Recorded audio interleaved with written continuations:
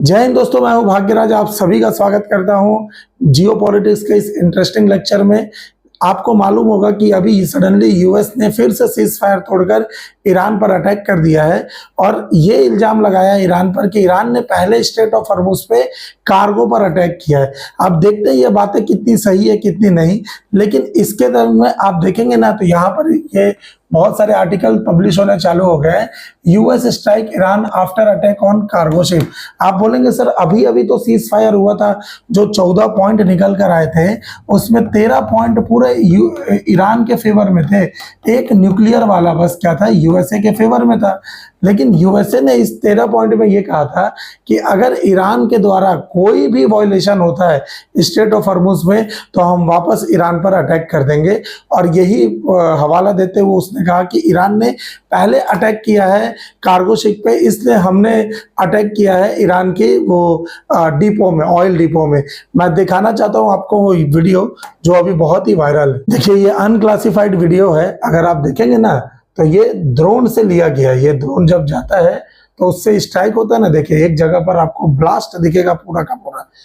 देखिए ये दिख रहा है ना, ये पूरा का पूरा आपको एकदम अच्छे से तो नहीं दिखेगा, बट कुछ कुछ चीजें आपको समझ आ रहा होगा कि ये ऐसा ब्लास्ट हुआ है। ठीक है ना, ये बहुत ही अभी ट्विटर में वायरल है। यूएस के एम्बेसी ने भी इसको ट्वीट किया हुआ है जो x.com पर।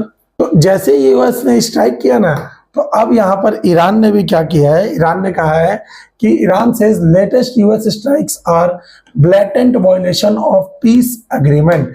हो सकता है कि ये जो ईरान ने कहा है कि ये पीस एग्रीमेंट का सबसे बड़ा वायलेशन है, तो मे भी शायद हो सकता है कि इजराइल भी ईरान पर अटैक कर दे। ये पॉसिबिलिटी पहले से बना हुआ था। अब प्रॉब्लम ये होता है ना कि ये बुढ़ा जो ट्रम्प है ना, ये टोटली बिजनेसमैन आदमी है। अगर आप देखेंगे ना, ये फ्राइडे तक ना कुछ नहीं करता। फ्राइडे तक जब तक स्टॉक मार्केट एकदम ठीक रहेगा ये कुछ नहीं करता है। हर बार इसका अटैक ना सैटरडे को ही होता है। सैटरडे को अचानक से ये आके बोल देता है हमने ईरान पर अटैक किया, हमने वेनेजुला पर अटैक किया, हमने इधर अटैक किया, हमने उधर, मतलब इसका पूरा काम सैटरडे को ही रहता है। तो जैसे ही ईरान के ऊपर अटैक हुआ ना तो ईरान ने भी बदले में क्या किया, Iran war live IRGC targets US military sites in region after attack. ये ईरान के जो IRGC है, ईरानियन रेवोल्यूशनरी गार्ड, ये वापस क्या कर दिए हैं, यूएस के जितने भी साइट है वहां पर मिसाइल मारना चालू कर दिए। अब रीजन का मतलब होता है वही पूरे वेस्ट, जहां पर आपको सऊदी अरब, दुबई, UAE ये सब जो मिलते हैं ना, इस जगह पर क्या किया है, कतर वतर साइड में सब में ये अटैक करना चालू कर दिया है फिर से। तो सबसे बड़ा बात जो अभी मैंने कहा कि ये हमेशा सैटरडे को ही स्ट्राइक कर देता है ये डोनाल्ड ट्रम्प। तो who has profited most from the war on Iran, ये पूरे वर्ल्ड में ये न्यूज चल रहा है कि ये ईरान वॉर हुआ, इसमें सबसे ज्यादा प्रॉफिट हुआ किसको। तो मैं आपको एक डेटा दिखाता हूं, आपको समझ आ जाएगा कि यूएस को कितना प्रॉफिट हुआ। ये है यूएस के 6 बड़े बैंक जो यूएस के बैकबोन कहलाते हैं। मतलब अगर ये बैंक गिरे ना तो यूएस पूरी तरीके से कोलैप्स हो जाएगा।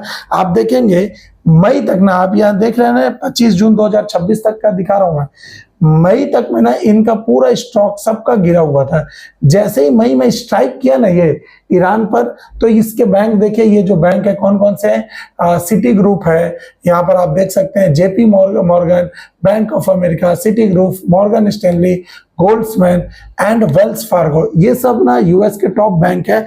आप देखेंगे सबका 127%, 122% का प्रॉफिट, 118%, 103%, 100%, 89%, मतलब सारे के सारे का जो कर्व है ये ऊपर जाता हुआ आपको मिलेगा। सब के सब प्रॉफिट कमाए थे अच्छे से और अभी भी कमा रहे हैं। तो ये पूरे वर्ल्ड में डिस्कस किया जा रहा है कि ये जबरदस्ती ये जो वॉर डोनाल्ड ट्रम्प किया है, ये मेक अमेरिका ग्रेट अगेन जो मागा करके जो किया है, ये क्या पूरी वर्ल्ड को बर्बाद नहीं कर दे रहा है। तो इस जगह पर अभी यहाँ पर अगर डोनाल्ड ट्रम्प अगर हटा ना तो ये साला, जैसे भारत में बोलते हैं ना कि लोग तिहाड़ में जाएंगे, इसको ना भेजना चाहिए। ये बुढ़े को कोई निपटा देना पूरा वर्ल्ड शांत हो जाएगा। यही है सबसे बड़ा गोटेबाज जो बोलते हैं। इस जगह पर अगर आप देखेंगे ना तो एक अच्छा न्यूज ये आया था कि मार्को रूबियो जो यूएस के सेक्रेटरी ऑफ स्टेट है, ये लेबनान पहुंचे और वहां पर क्या था कि इजराइल, ये यूएस के काउंसलर और ये लेबनान की काउंसलर, ये सब के सब क्या है, ये सब प्रतिनिधि है, ये सब आके क्या किए थे, एक पीस डील किए थे। लेकिन लेबनान ने इसको भी क्या कर दिया, खारिज कर दिया, ये बोलकर कि ये जो पीस डील हुआ है ना, इसमें सारे के सारे इजराइल को बेनिफिट हो रहे हैं, लेबनान को कोई बेनिफिट ही नहीं मिल रहा है।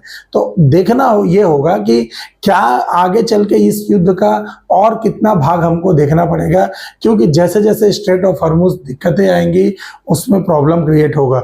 और आगे वाला न्यूज़ ये है कि मैंने आपको बताया था कि ईरान ने अभी आयतुल्लाह खमेनी का एक सबसे बड़ा जनाजा निकालने का डिमांड किया है, मतलब अपने देश में वो 5 से 7 जुलाई में ये जनाजा निकालेंगे। इसका आपको मालूम होना चाहिए कि आयतुल्लाह खमेनी ईरान के सुप्रीम लीडर थे, जिसको यूएस और इजराइल ने मिलकर मार दिया था।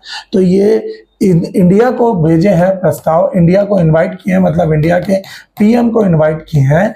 अब देखते हैं, अभी तक ना बहुत लोग वीडियो बना दिए, क्या पीएम मोदी ईरान जाएंगे और क्वेश्चन मार्क लगा देते हैं।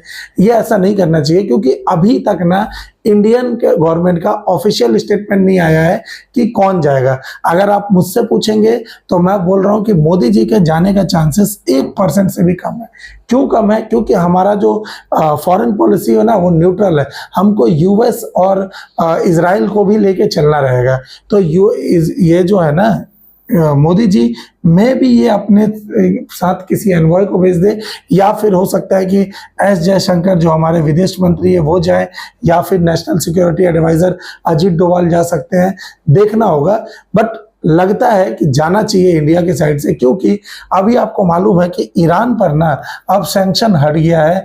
ईरान अब अपने ऑयल को बेच सकता है। जो काटसा एक्ट लगा था ईरान के ऊपर, वो अब हट चुका है। तो इंडिया के पास ये अच्छा गोल्डन मौका है कि हम क्या करें, ईरान से मैक्सिमम तेल ले लें। अब गवर्नमेंट क्या डिसीजन लेती है वो तो वही जाने, बट जो भी अपडेटेड वीडियो आती है मैं आपके साथ शेयर जरूर करूंगा। तब तक मेरे चैनल से जुड़ने के लिए बहुत बहुत धन्यवाद। मिलते हैं अगले वीडियो में। Thank you so much. जय हिंद।